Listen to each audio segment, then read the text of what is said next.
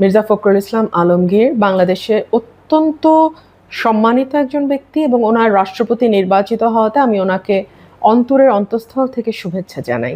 কিন্তু আমি আমার পলিটিক্যাল যেই চিন্তা সেই কারণে আমি ভোট দিতে যাইনি। তার ৩টা কারণ মূলত। এক হচ্ছে যে নির্বাচনে যদি অনিশ্চয়তা না থাকে তাহলে সেটাকে তো আপনি আসলে নির্বাচন বলতে পারেন না, সেটা মনোনয়ন।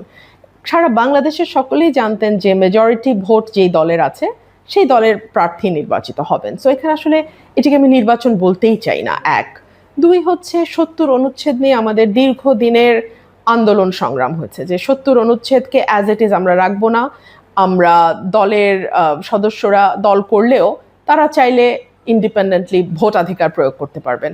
কিন্তু আমরা দেখলাম যে এখানে বারবার বারবার সতর্ক করা হলো যে বিএনপির যারা সংসদ সদস্য আছেন তারা দলের বাইরে কোনোভাবেই ভোট দিতে পারবেন না, এবং যদি তারা ভোট দেন তাহলে তাদের সংসদ সদস্য পদ বাতিল হয়ে যাবে। সো তাহলে আর ৭০ অনুচ্ছেদ নিয়ে এই যে বড় বড় কথা কি দরকার ছিল?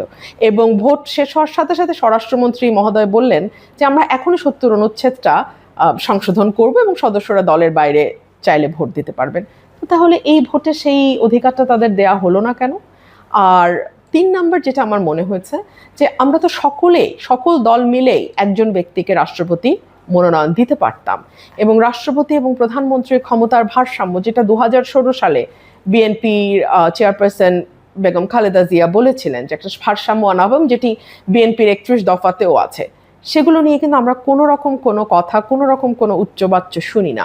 সো এই সকল কিছু দেখে আমার মনে হয়েছে যে আমি আসলে এই প্রহসনের অংশ হতে চাচ্ছি না।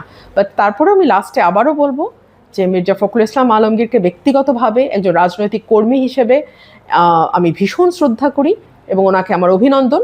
কিন্তু দেখুন, প্রিন্সিপালের একটা ব্যাপার আছে। সো আমার কাছে মনে হয়েছে আমি এই প্রহসনে অংশ নেব না।